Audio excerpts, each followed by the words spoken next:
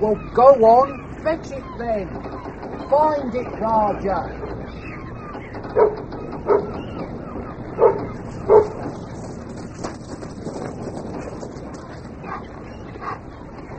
What have you got there? What have you found, eh? Let's have a look. What is that? Christ. The Centenier by Alan Downer, with Stephen Pacey as Richard Hamon and Rosalind Adams as Paula Hamon. The Centenier.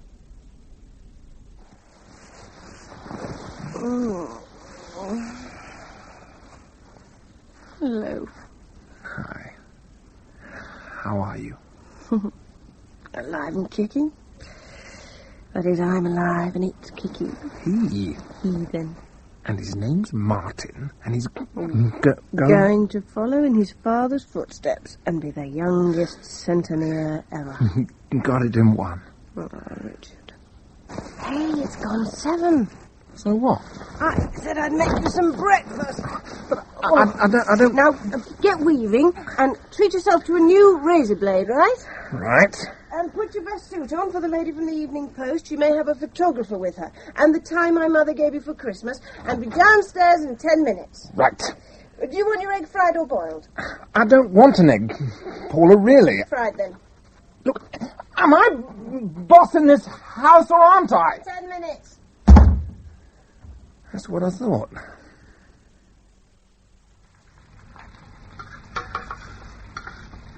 It's ready, darling. I'm here.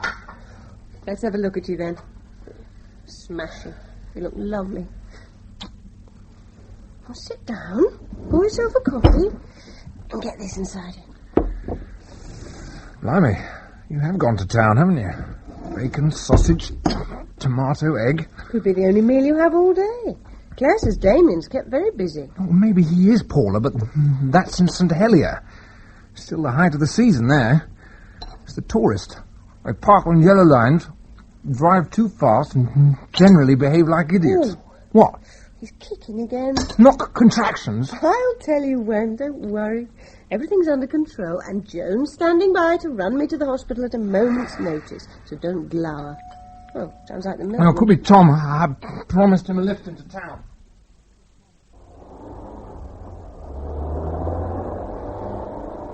This is very decent of you, Richard. Not at all. Thing was, Joan wanted the car in case the balloon goes up. I suppose that's one way of putting it. Well, you know what I mean. I say, Paula's looking in fine form. She's bossy. All women are that, old boy. You know, I spent the whole weekend papering the baby's bedroom.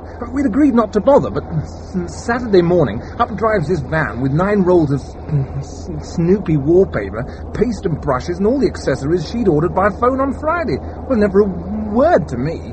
Nesting instinct. Yeah, well, let's hope it'll soon wear off. Need all my spare energy for the shop. Of course, it's your silly season just now, isn't it? Yeah, from the moment we open our doors in the morning, the place is a seething mass of bargain-hunting females. I'm flaked out by closing time. Still, we're into September now, thank God. So things will be back to normal soon. That's true. How was your weekend, Tom? What? I messed about in the garden, mostly. The charity garden party's being held at our place this year, worse luck. And, of course, Joan insists everything's got to be just so. Yeah, I'll probably enjoy it. Oh, I shall do a quick disappearing act, old boy, given half a chance. Get off down to the Kerry Ann. Can't stand all those loud-mouthed, limp-wristed young men from the theatre and nightclubs. I mean, this year's guest of honour, what's his name? Leading man from the opera house. Tony Baxter. That's the one. Or is he limp-wristed? He's a soak, with a very large chip on his shoulder. Awful man. Met him at the first night party. Had to show the flag. Joan insisted, being on the management committee. But he's more unpleasant off stage than he is on it, if such a thing were possible. I gather he's filling the theatre. Yes, with a play about a man who's planning to have a sex change operation called Anything Goes. You didn't get out on the boat then? Yesterday. For a while. Thought you might have. It was such a beautiful day. I wished I was with you once or twice as I battled with that wallpaper. Hello, here's the traffic. And nose to tail. With any luck, I'm going to be late. I like the look of this one. Hey, mister, is this real leather? It's calf skin, madam. Oh, it's a hell of a price. Mr. Hamon, you're wanted on the telephone. Oh, thank you, Christine. I think perhaps I'd better have it. Richard Hamon. Ops room here, Mr. Hamon. Ah, yes. Got you down as duty Centenier for St. John this week, sir. Yes, that's right. Well, sorry to have to throw this one at you on a Monday morning, sir, but somebody's found a body at Bon Nuit Bay.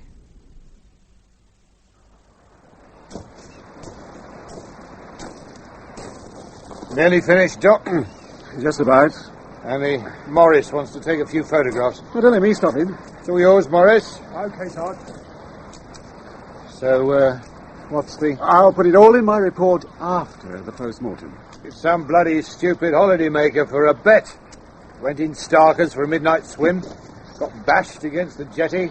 Or the rocks, maybe. Don't look at me. All I'm saying at this stage is it's a lovely morning, and I don't half fancy that cabin cruiser. Yes. She's pretty, isn't she? Zeevolker, Bremerhaven. Sea Cloud. German job. See yourself at the helm of that one then, do you, Doc? Chance it'd be a fine thing. Well, I shall be getting along. Yeah. See the ambulance has got here? All we need now is a Centenier. Ted? Yes, Sarge? Suppose the Centenier has been informed, has he? Ops room have confirmed he's on his way. We should get his skates on then. With his young Hamon, he'll probably have to get here from St. Helier. Young who? Richard Hamon, the new boy. I believe it's his first term of duty. Oh, well, so long as he does as he's told. Sarge! Hello! Mr. Moulin's completed his statement. Coming!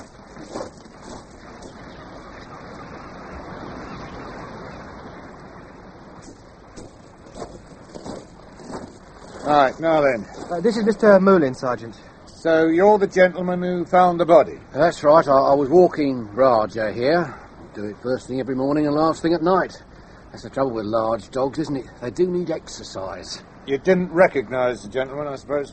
No, I didn't look all that closely, but no. Gentleman's eager to get off to work, sir, if we finish with him. Then that'll be all for now, Mr. Moulin. Thank you very much for your cooperation. You're more than welcome. Come along, Raja. Listen, Ted. Sarge?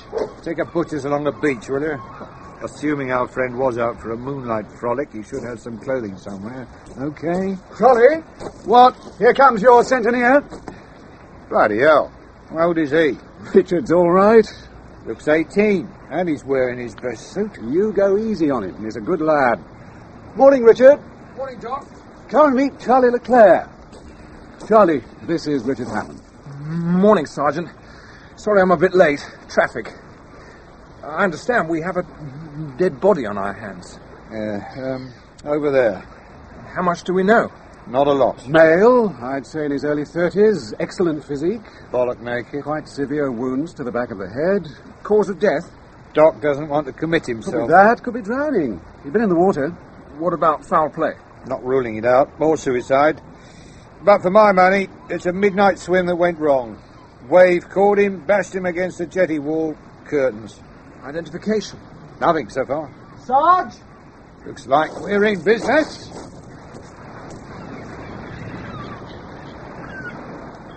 One pile of clothes.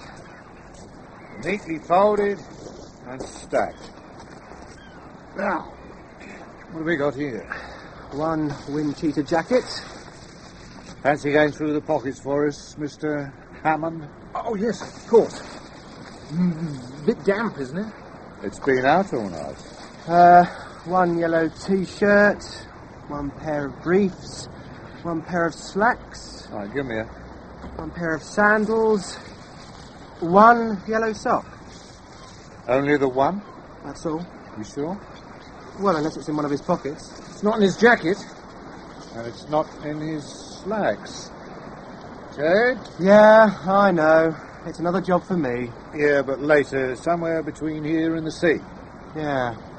So, Mr. Hamon, what you got for us? Not a lot, I'm afraid. Plain white hanky. Bus ticket for 15p. Yesterday's date. Packet of French cigarettes. optics blur. 19 left of a packet of 20.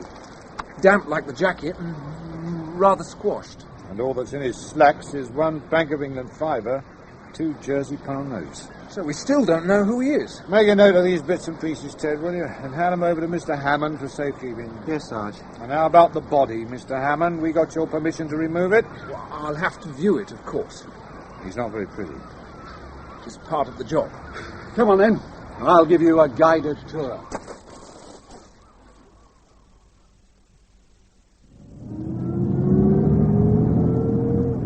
Well, Mr. Hamon, how are you feeling now? Bit better, thanks. And it's Richard, please. You had a tough break. Only dead body we've had in months, and it was on your patch on your first morning. There's no excuse for throwing up. Yeah. Takes a while to get case hardened, son. About this missing sock. You did say so earlier, son, didn't you? Please. That's your place in King Street, is it? Hammond's Leather Goods? That's right. Well, it's my father's business, actually. So, what made you stand for Centenier? Frankly, I'm beginning to wonder. Yes.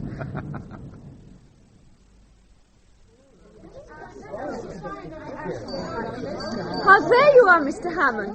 The lady's arrived from the Evening Post. Oh, thanks, Christine. In the office, is she? She's been waiting for 20 minutes. Right.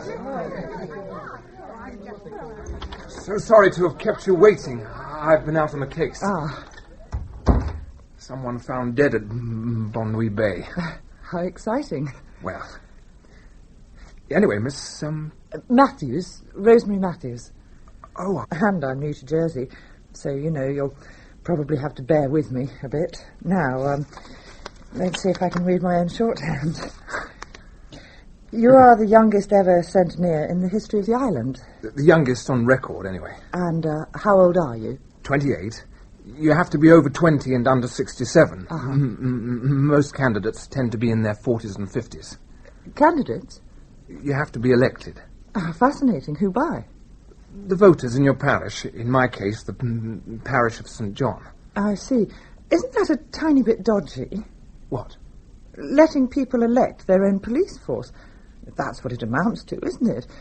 I mean, if you knew someone had voted for you, say, and they got into trouble, mightn't you be tempted to turn a blind eye? I don't think so. Miss Matthews, the Jersey Constitution has evolved since the Middle Ages, when the Connétable and his Centeniers, who were responsible for 100 families, and his Vanteniers, who were responsible for 20, formed the honorary parish police force. They were a safeguard of the rights of the individual citizen, a curb against the power of the seigneurs. That's our function still. And what you do now is you help the police? Well, you could put it that way, yes. How would you put it? We work together. In some ways, the states of Jersey police sort of defer to us. In what way? Well, only Centeniers, and the Connétable, of course, he's the number one in the parish, only Centeniers have the right of search or of granting bail or of formally charging any person with an offence. Don't they mind? The proper police, I mean. You being sort of over them like that? I know I would. We're not over them exactly. Do you have any training at all? We have to know about the law. Mr. Hamon, it does seem awfully dodgy. I'm not responsible for the system, Miss Matthews. No, but you're happy enough to perpetuate it. Yes, I am. Why? I mean, you're not paid. Must take up a lot of your time. It's an honour. And? It's a way of serving the community. And? You're the one with all the attitudes, Miss Matthews. Why don't you tell me? Coming! Joan, thought it might be you. Just keeping an eye on my charge. Come in. Well, just for a moment. I take it nothing started. Not a twinge. Come on through. Like some coffee? Yes, please.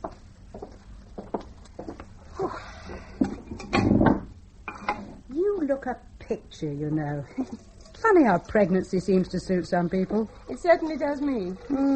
Did me too. I had an easy time with both the girls, right the way through. It was just as well in Louise's case, because she arrived at the height of the Suez business. Tom was a serving officer then, of course, and in the thick of things. So there wasn't any help from that quarter. You like it black, don't you? Please, no sugar. Won't be long. So Tom was at Suez, was he? Well, not quite. He only got as far as Cyprus. I believe the grand plan was that his lot should be dropped as a backup force, except, of course, everything ground to a halt first. Dropped? You mean by parachute? Well, it's the best way. That's how we met, actually. Came down badly once, broke a leg. They brought him into my ward. I'd never thought it of Tom. Oh. Oh, that he was the action man type. I mean, he's so gentle. What's that got to do with it? Richard's gentle, too. Didn't stop him becoming a centenier. No, but that's hardly the same thing, is it? Soldiering, centeneering, both required a little iron in the soul. Tom's got it, so's Richard. You think so? I'm sure of it. Why? He just phoned. Seems like he's got off to an awfully bad start. In what way? Well, this is confidential, just for a moment. But they found a body down on the beach, and Richard took one look and promptly threw up. A dead body? At Bonwy? That's right, a young man. But, Paula, how dreadful. Was it an accident? It's too early to say for sure. Ooh, that sent shivers right down my spine. Well, it is a bit close to home, isn't it? Have they identified the body? Not yet, no. But Richard says somebody's bound to come forward. So, ladies, you want to report a missing person? Yes, that's right. So, who's going to start? I will. I'm Mary Lynn, Deputy Stage Manager at the Opera House. Oh, yes? And this is Liz Baxter, one of my ASMs. Her father is Tony Baxter, the star of our show. Ah. Your father's a very funny man, Miss Baxter. Thank you, Sergeant. I'll tell him you said so. Yes. Anyway, about our company manager... His name's Bruce Welland. He failed to put in an appearance at the theatre And he this didn't go home to his digs last night. I rang his landlady. Miss Baxter here is concerned that something may have happened to him. Yes, I see. Is he usually reliable? Yes, very. I know something's happened to him, Mary. I know it. Yes, all right, miss. Take it easy. Perhaps you'd better give us the gentleman's description. He's 32, a good bit over 6 foot, blonde, very well built. He's got blue eyes, and, well, I've got some photos of him at home taken on the beach. I could get you them if you like. I don't think that'll be necessary, miss. Thank you. I think I should tell you that a man roughly answering this description was found dead this morning out at Bonwy Bay. Oh, God. That's not to say it is Mr. Welland, of course. We shall need a positive identification. I think I should warn you, ladies, that the dead man did suffer quite major injuries to the head. Oh, it is Bruce, yes. I knew it would be. There, I've got you. Come on, Liz. He did love me, I know he did. Yes, of course. Of course he did. Come on.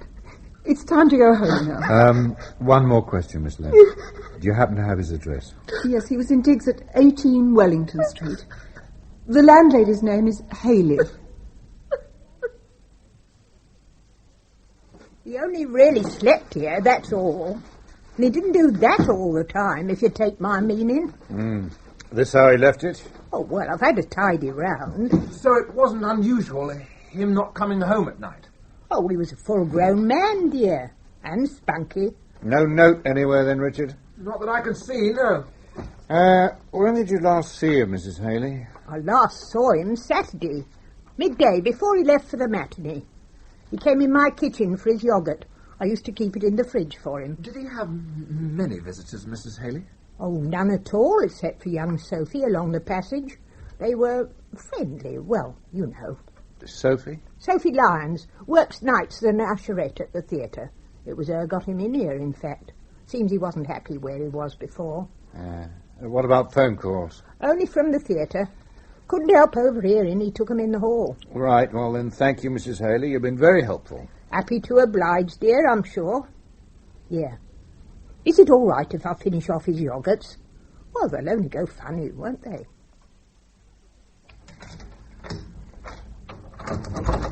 This was Bruce's office. Thank you, Miss Lynn. I'm afraid it's rather a mess. What are you looking for exactly? Well, people who commit suicide usually leave a note. Suicide? Is that what you think? You seem surprised. Well, I'd have said Bruce was one of life's survivors. Was he the kind of man who swam in the nude, Miss Lynn? Well, I can't tell you from first-hand experience, Sergeant. But I'd have said very much so, yes. A nature boy. If you like. There aren't any socks here. Sorry? Black socks to go with the DJ. Well, I expect he got someone to wash them for him Saturday night. Are they important? Well, Centenier Hamon's got this thing about socks. Haven't you, Richard? I see. Right, Miss Lynn, it seems there was no suicide note. Now, who shall we talk to first? Well, why not start at the top with the star of our show? I can't spare more than 5 minutes, mind. Oh, this is a hell of a strenuous show for me. And if I can't relax before curtain up, I'm knackered by the end of Act 1. Well, 5 minutes will be fine. It's about Bruce Welland, sir. Oh, it came as a shock, I can tell you. Yes, I'm sure. I mean, it's bloody inconvenient. Losing your company manager like that. As if things were bad enough already. It's only me that's holding the show together. I directed it. I star in it. Yeah. And from now on, it looks like I'll be company managing the sodding thing as well. Good for the vocal cords. Port. So, anyway, what do you want to know? When did you last see Mr. Welland? Saturday night, after the show. I might as well tell you, I had him in here for a bollocking. Yeah? Oh, we'd had a disaster second house, so I told him to get his finger out, or else. Or else what, sir? I'd push him off a jetty. Joke, hmm? Oh, suit yourselves. No, what happened was, I told him to tighten up on company discipline. Go over a few things with the ASM, that sort of thing. So, what would you think was his frame of mind when he left the theatre? Oh, he wasn't splitting his sides, but he wouldn't have been suicidal either, if that's what you're getting at. Was he a popular man, Mr. Baxter? Yeah, he could certainly pull the birds. Did he have many enemies? Not in the company, no. Well, one big, happy family, yeah? Yeah. Mr. Chichester? Just in Chichester, yes. I play Henry, he's the Juve. One strives mightily to get away with it. Ladies and gentlemen, this is your half-hour call. Would you mind just flicking that switch for me, Petal? This one. Thank you. Might as well see what I'm doing with my slap. Now then, when did I last see Bruce Welland? You see, I haven't done Agatha Christie for nothing. It was Saturday night after the show, in Jasper's. I was at the bar, chatting to some chums, and Bruce came in with his tail between his legs, ordered the usual orange juice, sat in a corner on his own, made a quick phone call and left. Observant, aren't I? About what time would that have been? Oh, 10:30ish. And he was looking grim-faced, you say? He just had a session with Chairman Mao. I'm sorry. Tony Baxter, Petal. Off stage is as funny as a cruising shark. And this session was about the things that had gone wrong in the show? Well, that's how it started, dear, yes. Were you out front this evening, Bruce? I was for a while, yeah. And what did you think of it? I've seen it go better. That is the understatement of the year. It was amateur night at Medicine-At. The Cooklin... I'll have a word with Mary. What good's that going to do? Well, she can sort things out with Liz. There's only one person who can sort things out with Liz, mate, and that's yourself. I don't see what I can do, Tony. It's all over between Liz and me. Well, tell her it's on again. I can't. Why not? That's my business. It's your business to keep Liz happy, because if she's happy, I'm happy. And so long as I'm happy, you've got a weekly paycheck coming in. But, Tony, not even you can get me sacked for refusing to sleep with your daughter. Oh, come on, Brucey boy. I'm asking you to be nice to her, that's all. Just till the middle of next month when we all go back to Blighty. What do you say? Full of old world charm is Chairman Mao. And fatherly affection. Oh, yeah. Oh, and I can see what you're thinking, but I wasn't listening at keyholes, dears. This window and Tony's both open onto the covered way, and sound carries. Oh, I see. There. Miraculously 10 years younger. Oh, all right then, 5. Now then, next question. Yes, how well... How well did I know Bruce Welland? Oh, as well as the next man, I suppose. Perhaps a little better. We shared a tiny bijou flatette together at the start of the season. Yeah. Accommodation in Jersey's hard to find, you know. But Bruce took to bringing Liz back with him all the time, and though I'm no prude, God knows, it got so I was afraid to go in the front door, so I asked him to leave. And he went.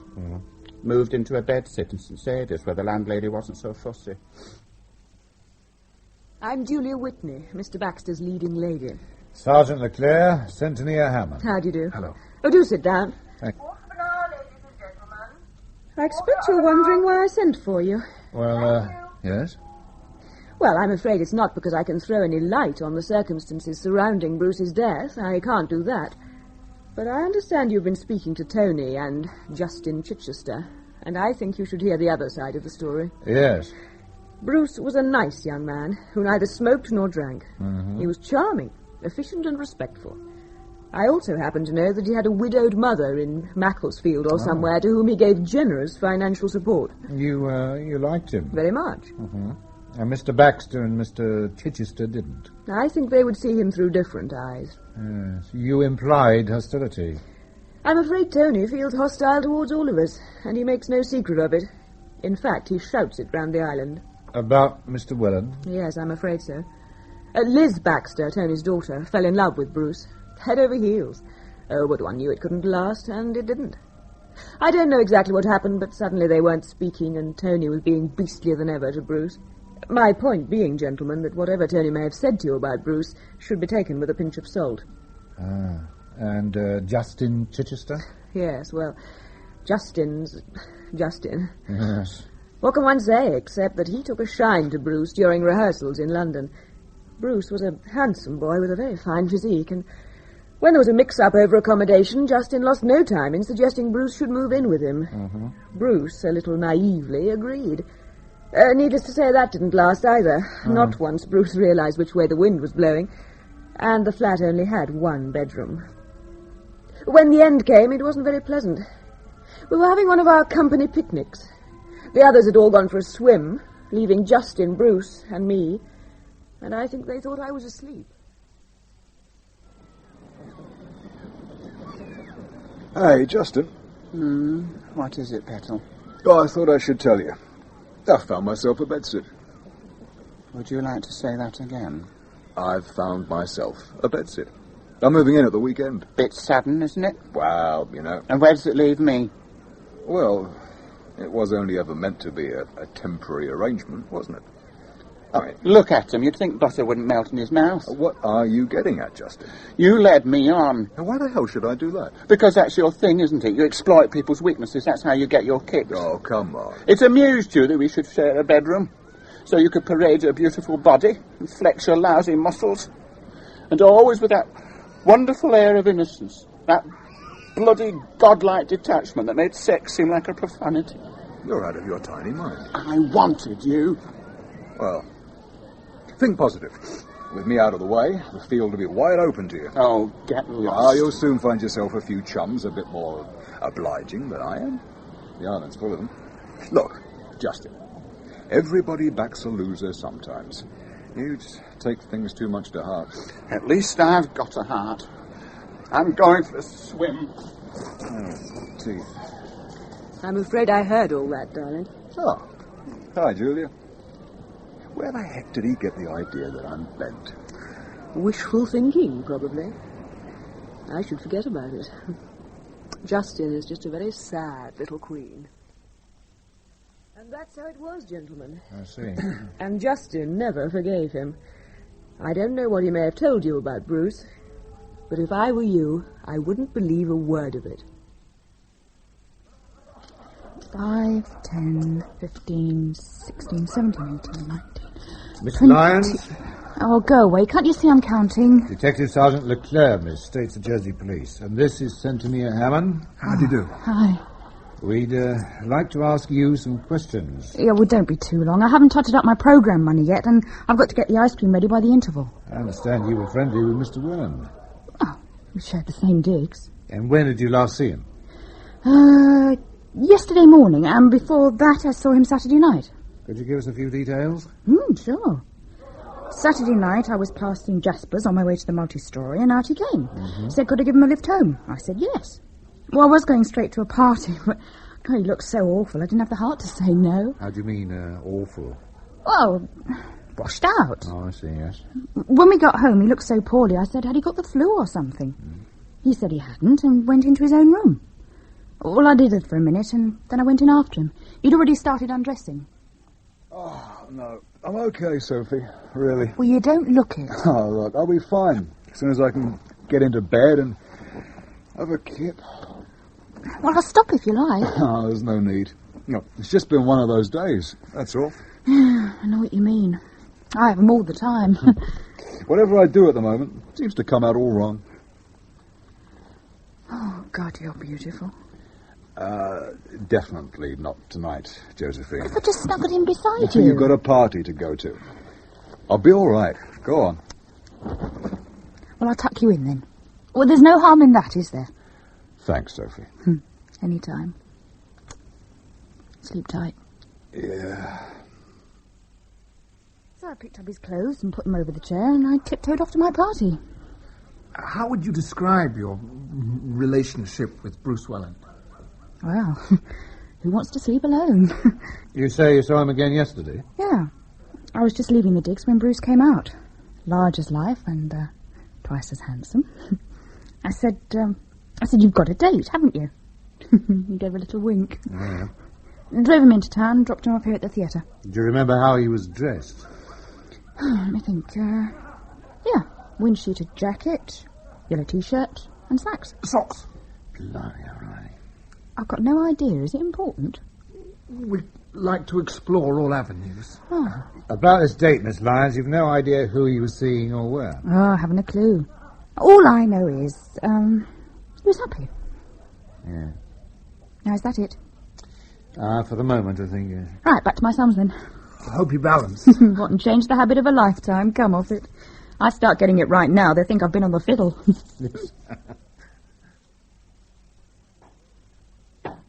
Andreas Wolf, stage carpenter. You're from Germany? From Hamburg, yes. I'm here for the summer only. I start at university next year. Mr. Wolf, Miss Lynn tells us you have some information regarding Bruce Welland. I saw him yesterday. And what were the circumstances? In the morning I came here to the theatre. I have a boat at Bonne Nuit Bay. It needed a little work doing on it. I came to collect some tools. A boat at Bonne Nuit, eh? That's right. A cabin cruiser, the Volga. You don't know Colonel Langley, do you? He's a friend of mine. He moors his boat at Bonne Nuit, the Carrie Ann.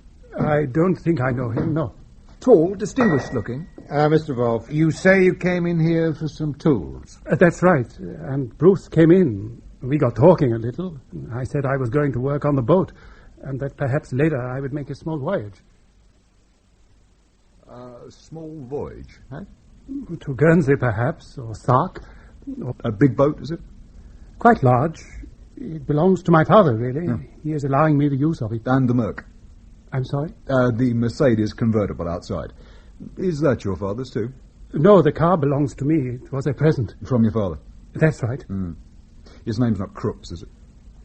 Listen, it's been nice talking to you, but... where are you going? The boat is moored at Bonne Nuit. I'll bum a lift then. I've got a date out that way. I could walk it, but I'd rather conserve my energy, if you know what I mean. I'm leaving now. Say the word, comrade, and I'm right behind you. So I drove him. To Bonne Nuit Bay? Yes, that's right. And when you got there? I went to the boat. And Welland? He watched me for a while from further up the beach. He seemed in no great hurry for his date. Later I looked and he was gone. Gone? When the tide came in, I went home. That was the last I saw of him. How would you describe his frame of mind that morning? I don't know. He seemed edgy, excited. I expect it was because of his date. A special date? I think so. That's how he made it sound. But I don't know why. I think Bruce Welland was having dates all the time. So, what did you make of all that? It was useful. At least now we know a bit more about the dead man. Yeah, you mean like he was a randy fitness freak who sent money home to his mother? We know he was a non-smoker. So? There was a packet of fags in his windsheeter pocket. Well... It's a loose end. Richard, life is full of loose ends. Even non-smokers sometimes fancy a fag. And how did he light it, Charlie? By rubbing two Boy Scouts together? He bummed a match off somebody. Okay. But why did he have a bus ticket in his pocket when Wolf gave him a lift to Bonne Nuit? I don't know. And what about that sock? I don't know, Richard. All I know is it's been a long day.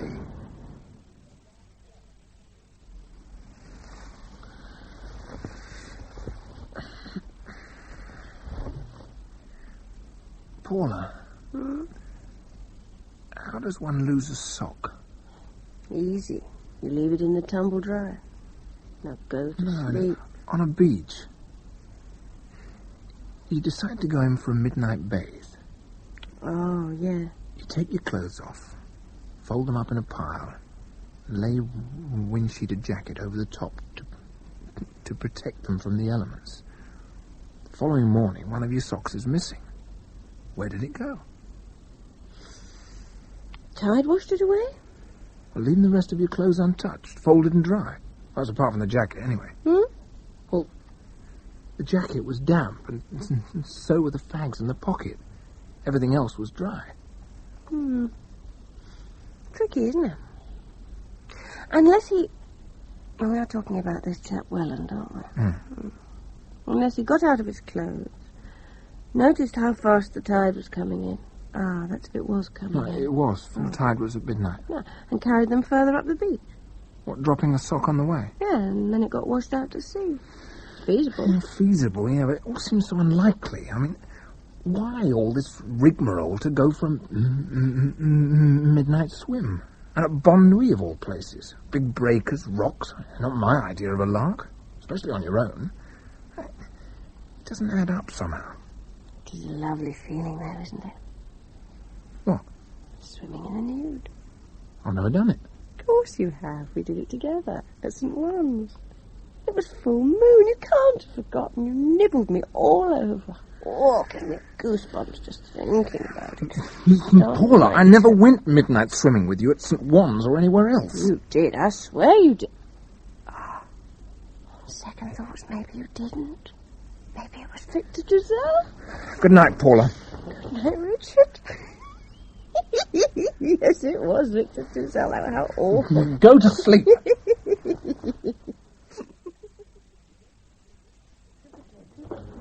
Thanks for coming over so promptly, Richard. It's better than trying to sell handbags to a horde of howling women. Yes, I believe you.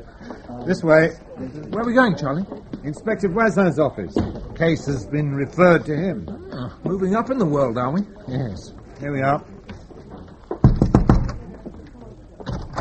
It's me, Gov. Oh, yes, Charlie. Come on in. And this is Centenier Hamon. Hello, Richard. Oh, Richard and I are old mates, aren't we? Where was it we met? The multiple sclerosis do? Oxfam?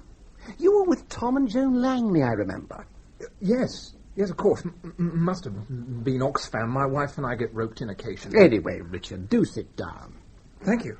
Charlie here tells me you've been immensely helpful on this Welland case. I've tagged along, that's all. Well, now, listen, Richard. Doc Alexander's got his finger out for once. We've got his post-mortem report on Welland. And the conclusions he's reached, in a nutshell, are these. 1. The blow to the head was sufficient to cause loss of consciousness, but would not in itself have proved fatal. 2. The presence of seawater in the lungs indicates death by drowning. 3. Time of death between 10:30 p.m. Sunday and 12:30 a.m. Monday. And the conclusion that Charlie and I draw from all this is that Welland, who was a known fitness fanatic, went for a midnight swim, misjudged the strength of the tide, got thrown against the rocks or jetty, lost consciousness, and drowned. A hypothesis borne out by the presence on the beach of the dead man's clothes in a pile, much as a swimmer would have left them. Any comment so far? There are some loose ends. You mean like the missing sock? Among other things, yes. Well, I can't say they bother me. Still, in fairness, let's examine the alternatives. 1. Suicide. He was in high spirits that morning, and he doesn't seem to have been the type. And he left no note. So, let's reject suicide. Next possibility. He was knocked on the head and chucked in the sea. Who by? Well, he was a visitor to the island. He'd only been here a couple of months. He had no known enemies. So where's the motive? Well, not robbery, that's for certain, because he still had £7 in his pocket. No, Richard, we've examined this one from all angles, Charlie and me, and we're satisfied that Welland died an accidental death. I see. Thank you for coming over and for your help on the case. It's been much appreciated, hasn't it, Charlie? Yes, indeed. And let me just say this. I admire your wish to explore all avenues. Leave no stone unturned. I applaud it. I hope you'll go on feeling the same way. Bloody hell! Relax. What are you so uptight about? That was a setup, Charlie, and you know it. All this, you've been immensely helpful stuff, and didn't we meet at Oxfam? I've just been instructed to keep off. Why are you taking it so personally? I'll tell you why, Charlie. This has only happened because I'm a new boy. Otherwise, Voisin wouldn't have tried to pull rank. In decisions of this sort, the Centenier should be consulted. You were consulted. I was patronized. We gave you our reasons, but go and beef to the Constable of St. John, beef to the Attorney General, if you like. 10 to 1, they'll say, we're right. Welland died by drowning. It was accidental. It's not a cover-up, son. We are satisfied. Well, I'm sorry, but I'm not. All right, Miss Lynn, I'll come quietly. Oh, it's you again. I'm trying to get this lousy gun to work. Sounded okay to me. It's not. You listen. See, now it works, now it doesn't. And when it's used on stage, it usually doesn't. May I take a look? Oh, please do. Right. It's a firing pin. That much I guessed. Got a small screwdriver? Sure. Help yourself. This one will do. Did you get anywhere last night? I mean with Tony and Justin and co. We learnt a few things about Mr. Welland. And now you'd like to learn some more? Do you mind? If you can mend that gun, anything. Did you get on with him, Miss Lynn? No, not really. If I'm honest, I'm not very keen on the type. Was he a strong swimmer? Well, he did swim, certainly. And he had a lovely style, but... How can I explain this? Mr. Hamon, Bruce was a show-off. He played to the gallery. Well, like he'd come into a party and sit down at the piano, play the opening few bars of Tchaikovsky's First, say, what a nice piano, and then get up and go away. Well, first time you did it, it was impressive. Second time, you realised that was the full repertoire. He didn't know any more. It was a con. And it was the same with everything. He did it for effect? To pull the birds, yes. And it worked? Not with me. So you think maybe he wasn't all that much of a swimmer either? I think it's possible. Well, we believe he did have a date at Bon Nuit that Sunday. Do you know of any lady living out that way? No, but Bruce was never one to look a gift horse in the mouth. Yeah. Usually it was one-night stands. Except with Liz Baxter. I've got a theory about that. I think Bruce went after her because she's Tony's daughter. Well, Tony didn't like him. He gave him a rough time. Sleeping with Liz was Bruce's way of getting his own back. Then why should he finish the affair? He got tired of Liz. The sad thing was that the more unpleasant he got, the more she seemed to love him, poor kid. Yeah, maybe I should talk to her. Liz and Tony are renting a house at Gorey. Big white ranch-style house with a swimming pool. It's on a hill near the castle. It's called Haut du Mont. I think I'll go over there. Here, try it now. Hey, magic. We aim to please. Any more questions? You know where to find me. See you. Oh, sugar.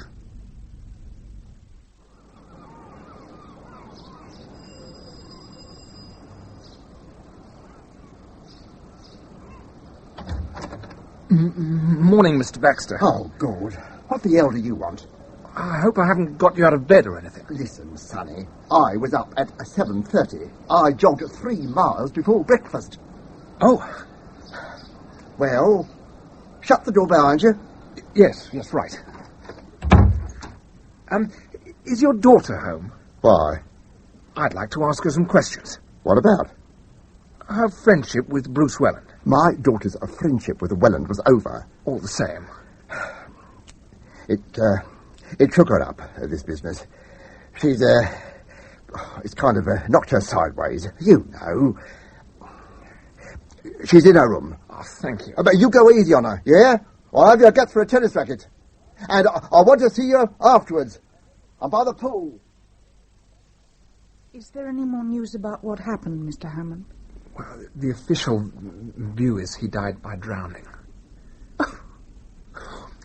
I'm sorry, Miss Baxter. If only Saturday night had never happened. Saturday night? After the show. I was in the props room.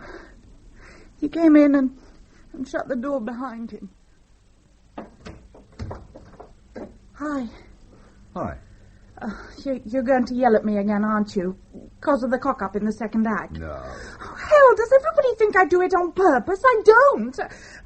I just can't think straight, that's all. I just can't.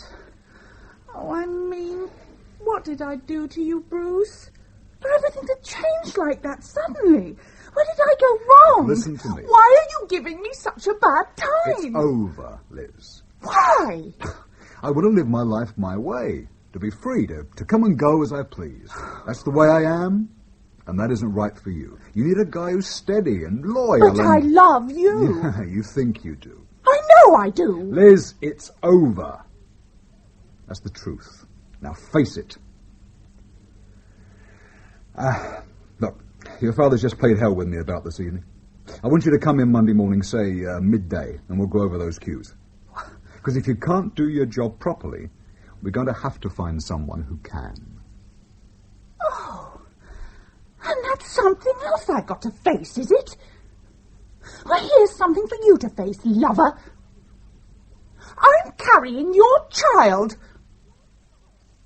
He stood there for a moment as if I'd hit him. Then he turned and went out. I started crying. Next thing, Daddy was in the doorway. He can be very sweet sometimes. He brought me home.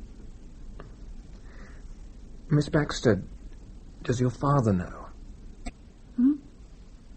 That you're pregnant? I'm not, Mr. Hamon. I was just getting even with Bruce. And if he went out on Sunday night and drowned himself, it was me that made him do it. Look, you needn't reproach yourself, Miss Baxter. I don't think it was suicide. Well, what then? Not murder. But who'd want to murder Bruce? Oh, Richard. Very upset. They had a row on Saturday night. Yes. No. Do you know what it was about? She wouldn't accept it was over. Well, that's Lizzie's story. She told me on the way home. What's all this got to do with... I'm trying to piece together Welland's movements on Sunday. Liz didn't see him on Sunday. She never left the house. Yes, she said. Oh, just for the record, Mr. Baxter, how about you? What were you doing on Sunday? If you want to know, Sonny, I had some friends in for a drink, and any one of them can confirm that. Don't forget to close the door behind you. Now, listen, Charlie, Richard. I don't care what you say. Bruce Welland was murdered. Who says? I do. There's no evidence. Isn't there? Maybe we've been looking in the wrong place. Convince me. I'll try. Let's start by examining your hypothesis that he went for a midnight swim. Yes, I'm listening. Yeah, have you ever been for midnight swim, Charlie? In my time. Yeah, you'd agree that one of the charms of a midnight swim is the presence of a member of the opposite sex. But Welland was a nature boy, remember? He was also a show-off, a man who did things for effect. So, for the sake of argument, maybe he was not alone. You mean maybe he was still in the company of the lady he dated that afternoon? Yes, if you like. So why hasn't she come forward? You tell me. All right.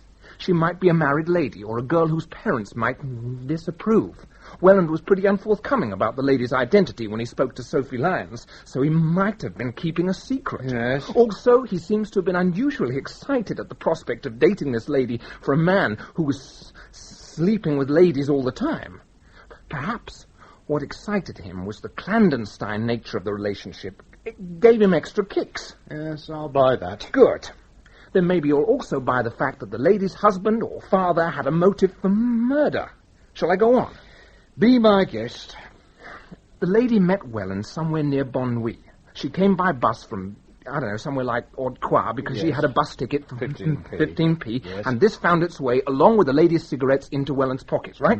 Right. Anyway, they have their resignation, and they may or may not have had their swim. I personally doubt it, because I think she caught the last bus out of Bonnuy that night, returning home the same way she'd come. And Welland hung about on the beach till she was well clear, because the last thing they wanted was to be seen together. And this is where the jealous husband comes in. That's right. He either followed his wife to Bonnuy or somehow got wind of her assignation. And after her departure, he struck Welland a blow on the head, undressed him, and chucked him in the water. The assailant watches him drown, or maybe he even holds him underwater. Then he takes his clothes and folds them up, puts them in a tidy pile on the beach. A cool customer. Yes, indeed, but it was at this point that he started making mistakes. You mean like dropping the sock? Well, that was only one of them. The other was making a tidy pile of the clothes. Because Welland wasn't a tidy sort of person. Remember his office at the theatre? And remember what Sophie Lyons said about Saturday night. What? She said she watched him getting into bed, and then she picked up his clothes. And put them over the chair, yes. Right, well, Welland didn't care about clothes. Anyway, back to the facts. When we found them, the clothes were dry, but the jacket was wet. Why? Morning dew.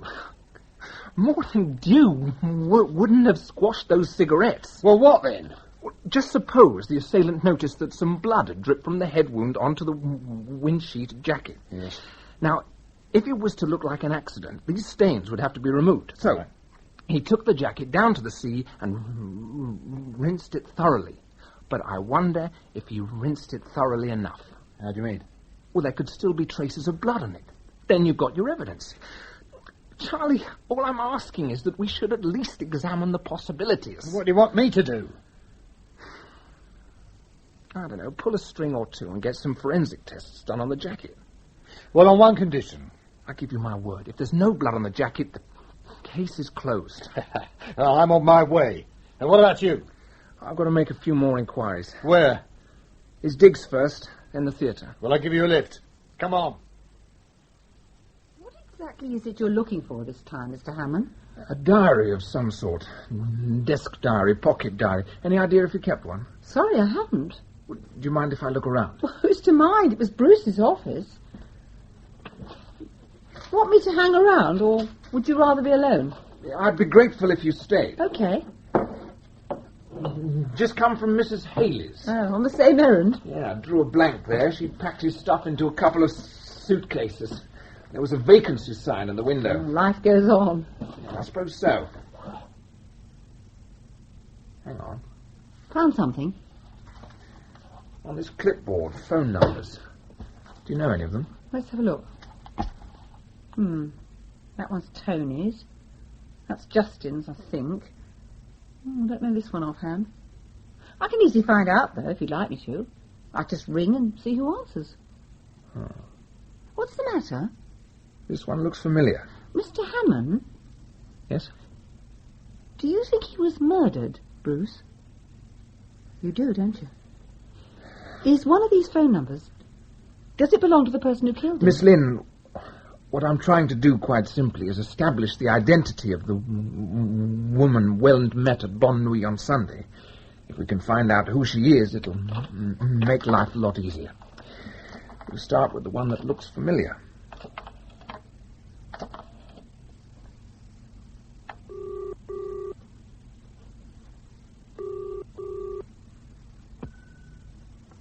Hello? Colonel Langley? Hello? So it was Tom. What about it? Richard, you're surely not suggesting that Tom had anything to do with it. You must be out of your mind. Why must I, Paula? Because we know the Langleys. What difference does that make? Sweetheart, Joan is a member of the theatre management committee. I know that. Look, she knew Welland. He had her phone number. She lives at Bon Nuit. She smokes the same brand of cigarettes as we found in Welland's jacket. So what? This is ridiculous. You're asking me to believe that Joan was having an affair with Welland and that Tom found out about it and bashed him over the head? Could be. Oh, how far-fetched can you get, Richard? We've known the Langleys for years. Tom was a soldier. He's seen active service. He might even have killed. In the line of duty, maybe, but this is different. It's not Tom at all, nor Joan. If Joan had been with Welland that day, she'd have come forward and said so. Would she? Put yourself in her shoes. If it's accidental death, what would she gain by coming forward? Nothing. But it might well mess up her marriage. On the other hand, if she suspected that Tom had found out about the affair and killed Welland, she might tackle Tom about it, and they might decide on a plan of campaign. And for my money, that plan of campaign would be to keep quiet about the whole thing and hope for the best. I don't believe it, any of it. Paula, I don't like it any more than you do. But if Welland was killed, isn't it my job to find out who did it regardless? So what are you going to do? Talk to Joan, I suppose. Well, she's coming here this afternoon, so please, hang around and get it over with. Where was I on Sunday night? That's right. Oh, look, Joan, you don't have to answer. I don't mind answering, darling. It's obviously something important.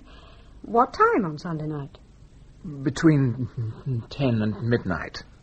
I was at home. Alone? Yes. I watched television, had an early night. Richard, why do you want to know? Is it something to do with Bruce Welland's death? Joan, how well did you know him? Oh, not well. We met through the theatre. Perhaps you don't know, but Tony Baxter's been behaving very badly, being rude to all the wrong people. Once or twice he's gone to parties, got fighting drunk, and put people's backs up so badly, I've had to get Bruce to collect him, take him home, sober him up. I was grateful. That's about as far as it went. He made a note of your phone number. He rang me Saturday night. Saturday night? Just before 11. Joan, why haven't you said so before? I've only known it was Bruce who'd been drowned since I read today's paper. Yesterday it was all mystery body found on beach. I hadn't had a chance. So what did he say on the phone? He said he'd had a row with Tony over Liz, and Tony threatened to sack him, something like that. He was extremely distressed and not very coherent. He wanted me to put in a word for him with the management. I asked if he'd like to come over to tea on the following day, Sunday. We could discuss the matter more fully. But he said thank you, rang off. So it was you he came to see? Presumably. But he never turned up. Didn't worry me unduly, you know theatre people. See, what did I tell you? Sorry, Joan, I had to ask. Nothing, of course you did. I'm rather impressed. I think if I'd been guilty, I'd have been shaking in my shoes. One question, though. Was it you who rang Tom before lunch and then hung up without speaking? I'm afraid it was. Why? I think we'd better tell him. He's all geared up to report it to the police as a case of heavy breathing. Sorry to drag you over, Richard, but I didn't want to tell you on the phone. We found traces of blood on Welland's jacket. I knew it! Forensic carried out further tests while they were at it, and the blood group was the same as Welland's. Conclusion, the blood came from the head wound... sustained before he went into the sea. Right. Marvellous! I've had a word with the inspector about it, brought him up to date, in a discreet kind of way, and it's all stations go again. So, guess who's the blue-eyed boy? The main thing is, we're back in business. Back at square one and all. Okay, so let's get back to the basics. Well, like what? Well, the bus ticket. We've been assuming it belonged to the lady friend, but that doesn't hold good any longer. He was going to see Joan Langley. Well, it wasn't Welland's. The German gave him a lift. He says he did. Then why shouldn't we believe him? Well, at the moment, that ticket's the only lead we've got. Wolf could have dropped him off at Haute Croix for some reason and driven on alone. That's not what he said. Why should he lie? Maybe we should ask him. I gave him a lift, yes, I told you. All the way to Bon Nuit? Yes, why do you ask? You're quite sure about that? You see, there was a bus ticket in Welland's pocket, Route 5, Sunday's date. We've now established it was issued at Haute Croix. If you gave him a lift all the way to Bon Nuit, we can't quite see how he came by the ticket. You're right, I did drop him off at Haute Croix. May we ask why? He was being somewhat unpleasant. In what way? About the German occupation of Jersey in the war. He seemed to think somehow it was my responsibility.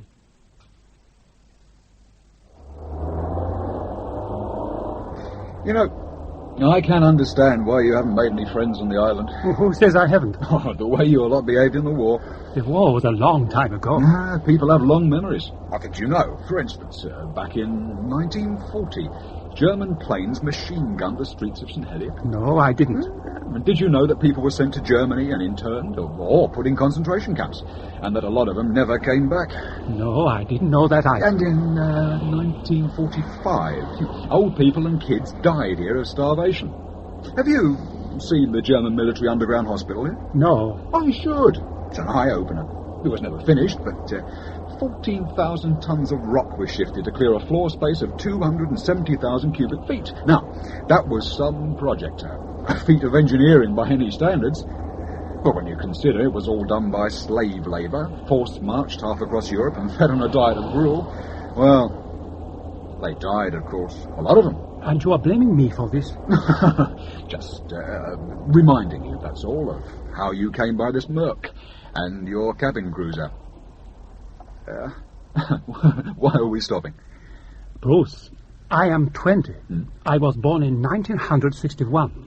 My father was a boy in the war. He too knew starvation. He too grew up in an occupied country, and he hates no one because of this. And I hate no one, and I don't feel guilty, and I am not going to feel guilty because I had no part in any of it.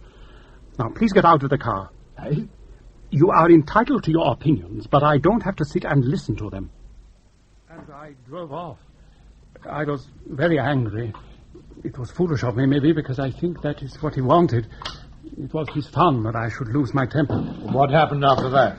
It's as I told you before. I drove to Bonne I parked the car at the approach to the jetty. I was working on my boat. I looked up, and there he was, sitting further up the beach. I went on working, and soon after, I looked up, and he had gone. And you didn't see him again? No. Shortly after this, as I have told you, I drove home. Mr. Wolf, why didn't you simply tell us the truth in the first place? When we spoke before, I understood Bruce's death to have been an accident. It seemed unkind and unnecessary to draw attention to defects in his character. Sarge? Yes, Ted? I was just having a glance round this gentleman's car like you told me, and look what I found. One yellow sock. Matches the other one exactly. Well done, Ted. Now, Mr. Wolf, perhaps you'd like to explain the presence in your car of one of Mr. Welland's socks. Oh, there must be some mistake. It's one of my socks. I keep a pair in the car. What's so unusual about that? Back to square one again. Help yourself to sugar. Thanks. Not that he had much of a motive, either. A row about the occupation. People have murdered for less. Not people like Wolf. Hasn't got the bottle. I don't know. We still can't explain how one of Wolf's socks came to be mixed up with Welland's clothes. Yeah. Maybe Welland just took it. You don't walk off with a sock. No. So how did he get on the beach? Unless... Eh? That chap who found the body, Moulin. Yeah? What about him? Well, something's just struck me. Something he said in his statement. You got his phone number handy?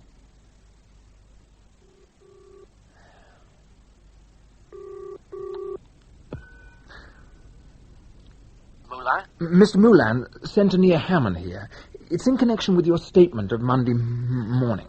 Oh, yes. I wonder if you can help me. Well, I'll do my best. In your statement, you say you're in the habit of walking your dog morning and night. Yes, that's right. Tell me, do you always take him down to the beach? Well, more often than not, yes, I do. And did you do so on Sunday night? Yes, I did. And about what time would that have been? 11:30, maybe? About the time we believe the murder was committed. Mr. Moulin, did you see anybody around that night? Anybody at all? I don't think so. The place was usually pretty deserted at that time. Well, sometimes one comes across the odd courting couple, you know, but... just a second. Yes, there was something. Not suspicious or anything, but... Go on. Well, there was a car parked on the jetty, and as I passed, I got the impression there was somebody in it. I heard what sounded like a woman's voice.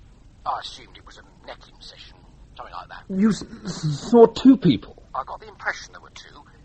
Is that helpful? Well, I suppose you don't remember anything about the car. Yes, I do now, come to think of it. It was a rather flash convertible job. White, with the hood up. Make? Well, say, it was a Mercedes. It had a D plate on it anyway, I remember that. Thanks, Mr. Moulin. I think we got him. In your statement, Mr. Wolf... Yes? In your statement, you say that on the day in question, you worked on your boat at Bonnuy Bay, and then after lunch you went home. Yes, that's right. About what time would that have been? 2:30, perhaps, or maybe a little earlier.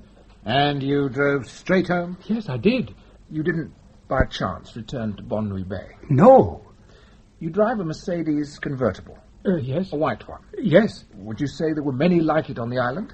I don't know. I doubt it. 2 or 3. Mr. Wolf, a car similar to yours, bearing a D plate, was seen parked on the jetty at Bonnuy Bay at about 11:30 on Sunday night. I was at home. The sock, Mr. Wolf. I told you, I can't explain that sock. I should have a little think about it, Mr. Wolf. It's about time you started telling us the truth. I can't. I can't. Garden's looking lovely, Tom. Oh, hello, Joan. I shall be well up to scratch by the garden party. You've done wonders. I love this view. Do you? The cliffs, the boats, the sea, the Cheval Rock out there in the middle of the bay. Remember how you rode me around it one midsummer's day just after you brought me to the island? To keep ill luck at bay. Remember, I nearly put my back out. Silly old superstition, really. I thought it was very romantic. I sometimes think I should never have brought you here. Why not? I should have sold the house, retired somewhere else. You love Jersey. It's where you were born. It's no place for you. It's too small, too parochial. There's not the scope for a woman like you. I'm happy to be wherever you are. Joan. What? That's another thing I've never understood. What you saw in me. What do you see in me, Joni? Dry old stick over the hill. You could have done so much better for yourself. Tom, if I could have my time all over again, I wouldn't change a thing. I don't deserve you. Have you been happy? No woman could have made me happier. Then let's hold on to that. We are getting maudlin. I'm going to sell the Kerry Ann. What? And I'm going to use what I get for her to do some repairs on the house. But you love the Kerry Ann. She's as good as sold. To hell with the ocean wave. My place is here with you. Yeah, come on, you're not crying, are you? Bit. Well, you mustn't. Oh, don't take any notice. I think what we both need is a stiff gin and tonic. We'll have it on the veranda. Tom? Yes? I've just come from Paula's. And? Richard was there. This Welland business. It seems that a man's helping the police with their inquiries. Oh, good. That's splendid news. A German boy. The stage carpenter at the theatre. His name is Andreas Wolf. You know, don't you? Yes. Oh, Joni, I'm sorry. Darling, we can put it behind us. I shall have to give Richard the facts, old girl. I can't let the boy be punished for something he didn't do. No. What is it, Tom? Andreas Wolf. He didn't do it. Kill the Welland chap, I mean. He's innocent. I saw him drive away from Bonnuy in the early hours of Monday morning. Saw him? That's right. There's no mistake, Richard, I promise you. We'd been together on his boat. We came ashore on the late tide. We walked along the beach together. I saw him drive off. Then for God's sake, why should he claim he left Bonnuy in the early afternoon? I can only assume that he was trying to protect me. Protect you? Tom, We were lovers. I see. I met him at the theatre at the first night party. Joan had dragged me along. I stood in a corner, trying to keep out of the way. I can't stand all that camp chat, as you know. Anyway, along comes this young man with a plate of sausage rolls or something, and I took one, and he would have moved on.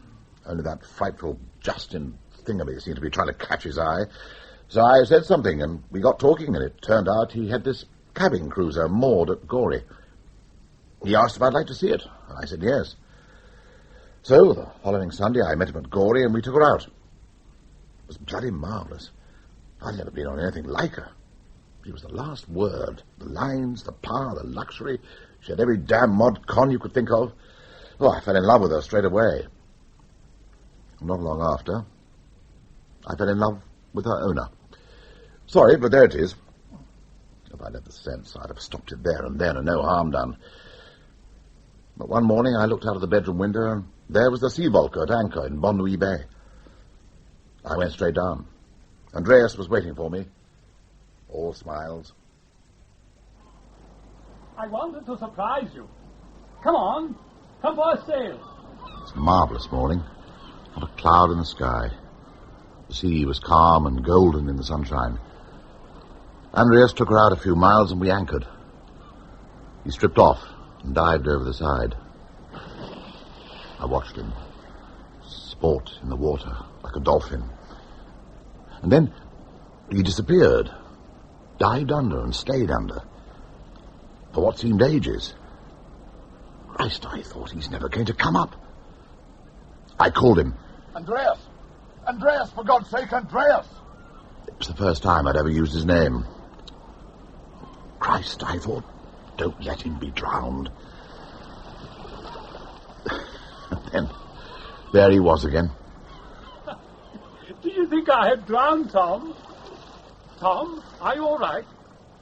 He came aboard. Are you all right?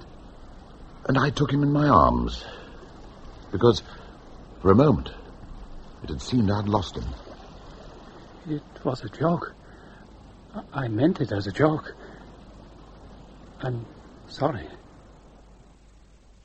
We were discreet. Andreas took a permanent mooring at Bonnuy, and 2 or 3 times a week he would take Sea Volker out, and I'd take out the Kerry Ann, and we'd anchor somewhere, and I'd go aboard. That's what we planned to do on Sunday. But I couldn't start the Kerry Ann's motor, so for once we thought we'd risk it and go out on the Sea Volker together on the afternoon tide. We didn't get back till after midnight. Why couldn't he have said all that? Hell, Tom, all he had to say was you'd been out on the boat with him. What's wrong with that? Fact is, though, he didn't. No. You're prepared to make a statement that you were together. I've got much choice. What about Joan? She knows. Seems she's known for some time. She's prepared to stand by me if it all comes out.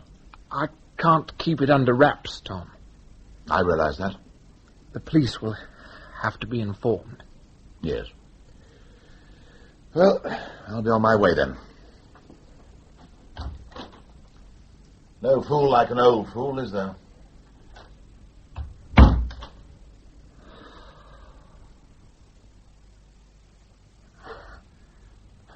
Breathe deeply. In. Out. In. Out. Climb the mountain. That's my girl.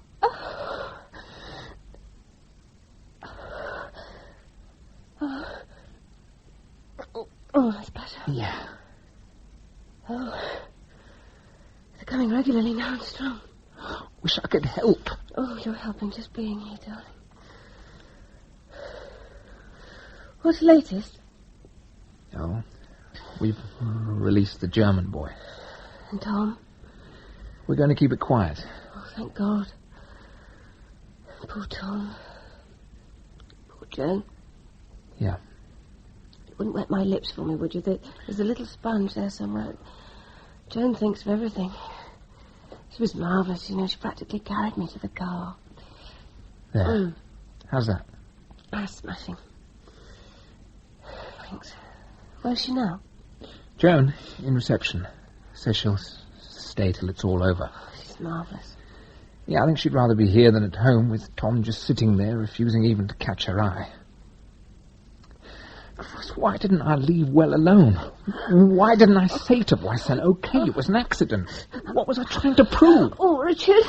I'll call the nurse. Richard, no. What? Richard. What? Never really cared much for Victor Tuzel. He had the most awful acne.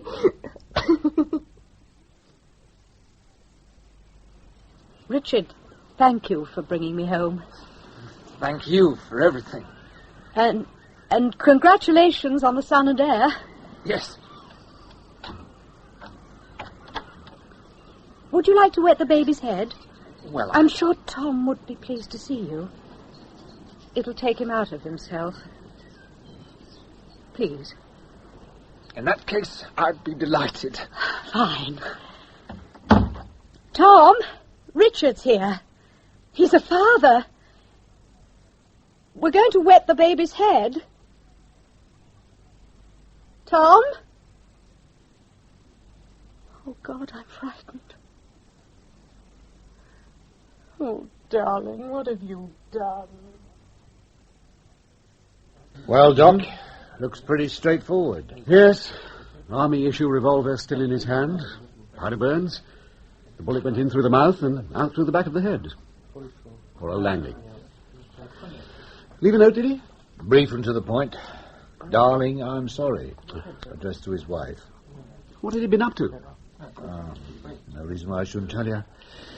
About to come out now. He had a boyfriend. Christ almighty. Yes, you never tell, can you? Can say that again. You finished? Just about. So yours, Morris? Right you are. Centenier's been sent for, Ted, has he? He's downstairs now, Mrs. Langley. Seems he's a friend. Yeah, well, I'll give him a few minutes. Then I'll go down. You know, Richard, I've been having such strange thoughts about this island. Oh? All through history it's been prey to invaders. The Gauls, the Romans, the Normans, the Germans. And still they come. In summer. Hordes of them. And if it isn't rape and pillage thereafter, sometimes it comes to the same thing. Wild, young, uninhibited people looking for a good time, out for what they can get. Yeah. And in autumn they sail away again, caring nothing for the damage they've done and the upheavals they leave in their wake. Oh, you mean like Andreas Wolf? He wasn't the first, you know, with Tom. Last year it was Ian.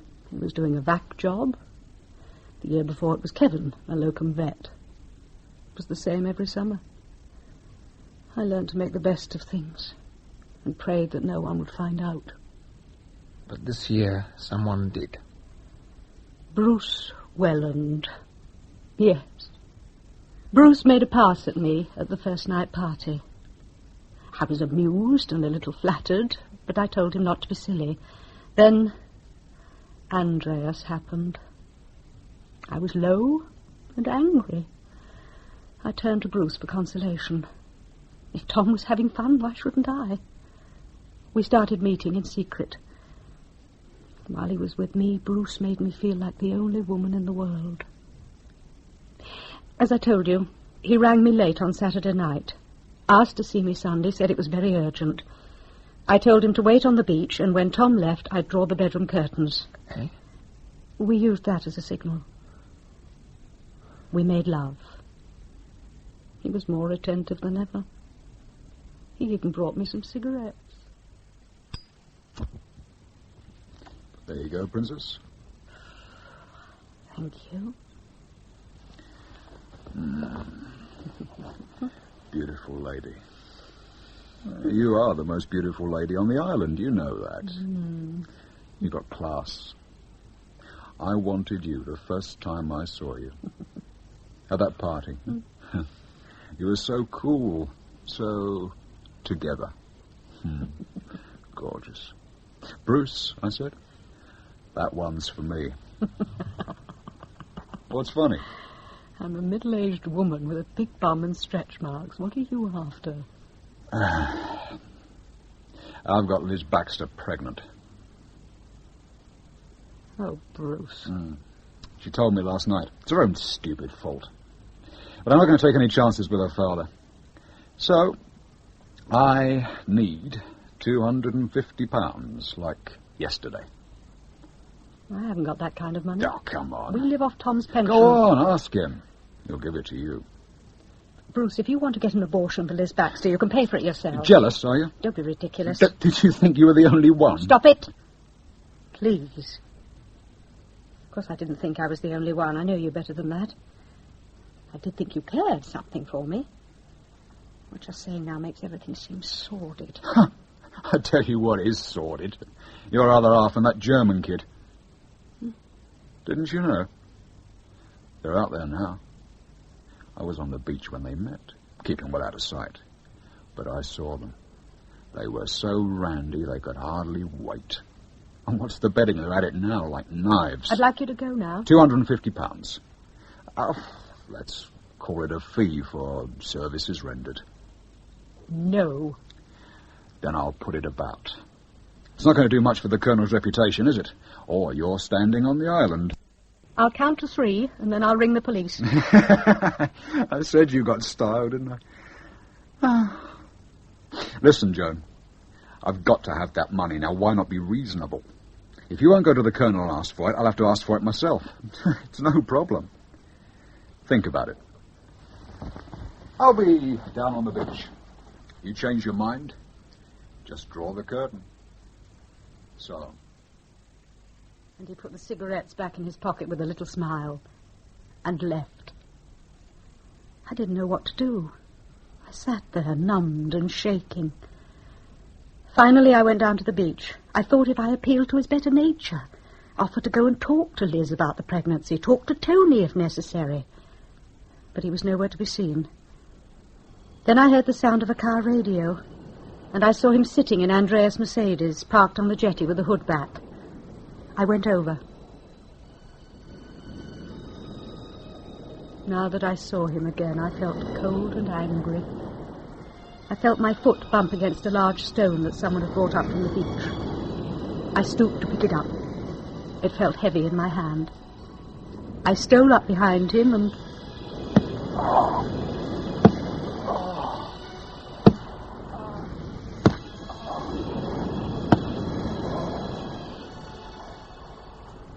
I don't know how many times I hit him.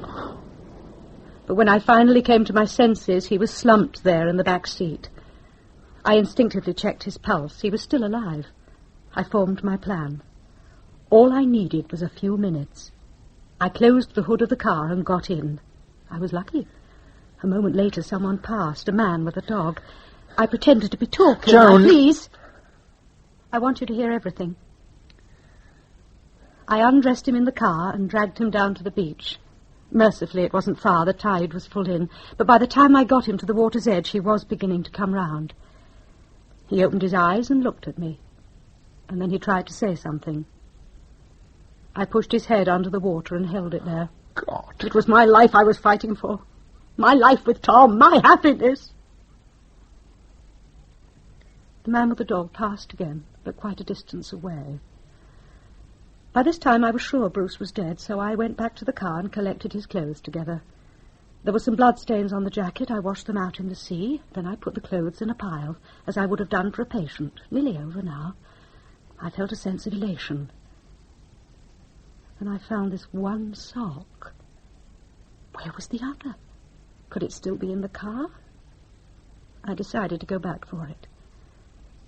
And then I heard the engine of the Sea Rock, the sound of an anchor train, Tom's voice. They were back. He and Andreas were back. In a few moments they'd be rowing ashore. I had to get home. But I couldn't think what to do with the sock. I should have taken it with me, of course, and burned it or buried it, but I didn't. One rotten sock. Come in, Sergeant. Your timing's perfect. I've admitted killing Bruce Welland. Now, may we please get the formalities over?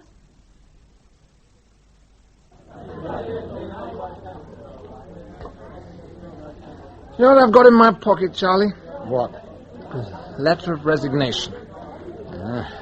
Resigning, are you? Too bloody right I am. Maybe they won't accept it. I have to accept it. They'll understand. Understand what? About the Langleys. They were my friends. You're not allowed friends, son. You're a Centenier. Your loyalty's to the community, above all and beyond all else. If you don't like the heat, you shouldn't have come into the kitchen. I couldn't know it would work out like this. Charlie, it was all so needless. For Pete's sake, the girl wasn't even pregnant. Let me tell you something. You stood for Centenier for all the wrong reasons. Personal advancement, political ambition, standing in the community. To prove to yourself that a little guy with a stutter could become the youngest ever Centenier. Serve the community, bollocks. But you know, What irks me? A couple of days ago, I thought you had it in you. Shows you how wrong you can be. Tonight. George, another large whiskey, please. Yes, Mr. Hamon, you're shouted it. I'll have a large gin and tonic. Oh, no, Mr. Baxter. George. One large G&T, right? Haven't seen you in here before, have I? Wouldn't have thought Jasper's was your kind of place. It was handy. Ah. Celebrating your success with the Welland case. Sort of. God, I wouldn't mind being a policeman. Must be a doddle compared to what I have to put up with. Oh, you should have seen the house we had tonight. 2 glass we had in the whole of that run, and God knows what Justin was doing. He's always been over the top. But there's no holding him since he's taken that German kid under his wing. German kid? The stage carpenter, Wolf. Suddenly they're as thick as thieves. Oh, well, it's all part of life's rich tapestry, I suppose. The king is dead. Long live the queen. What? Ah. Yes, I dare say you're right. Oh. Did I say something funny? Oh, I must have. Oh. I'll get a cop for you tomorrow night. You're just what the show needs. A laughing policeman. What are you doing with that envelope? There wasn't any money in there, was there? Night, Mr. Baxter. Well, where are you going? Home. To my wife and son. You haven't had your drink yet. His name's Martin. And if he ever says he wants to be a Centenier, I shall be the proudest man in Jersey. Good night. That was The Centenier by Alan Downer, with Stephen Pacey as Richard Hamon, Rosalind Adams as Paula Hamon, Dilys Laye as Joan Langley, Nicholas Courtney as Tom Langley, John Warner as Tony Baxter, and Miranda Forbes as Liz Baxter. Mary Lynn was played by Shirley Cooklin, Justin Chichester by George Parsons, Julia Whitney by Patience Tomlinson, Bruce Welland by Chris Jenkinson, Sophie Lyons by Glynis Brooks, Andreas Wolff by Jonathan Elsom, Detective Sergeant Leclerc by Geoffrey Matthews, and Inspector Voisin and Mr. Moulin by David Goodison. David Brierley was the police doctor, Olive Crowe played Mrs. Haley, Stella Forge played Rosemary Matthews, and Stephen Garlick was Constable Ted, the constable in the ops room and the barman. The play was directed by David Johnston.